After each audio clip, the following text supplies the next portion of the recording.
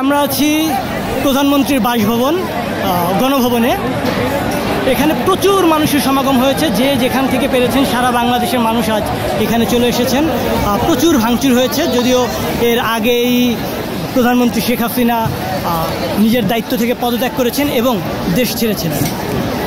তার দেশ ছাড়ার পরও, পদত্যাগের পরও সারা বাংলাদেশ থেকে মানুষ এখনও এখানে আসছেন এবং তাদের যে ক্ষোভের জায়গা, রাজনীতির প্রতি গত কয়েকদিনের যে সহিংসতা, তার প্রতি মানুষের যে ক্ষোভ, এই ক্ষোভ এখানে আসলে মানে সম্পূর্ণরূপে বহিঃপ্রকাশ হচ্ছে। মানুষ ভাঙছেন, এখনও ভাঙছেন, কাটছেন, আপনারা দেখছেন।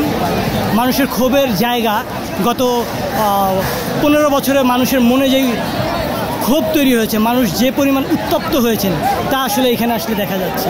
প্রচুর মানুষ আসছেন, চলে যাচ্ছেন, এখনও আসছেন।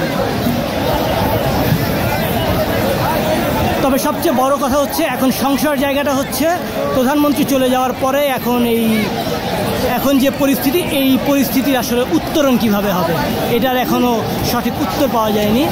আমরা পরবর্তীতে হয়তো বা জানতে পারবো যে আসলে এই জায়গা থেকে উত্তরণের উপায়টি কী।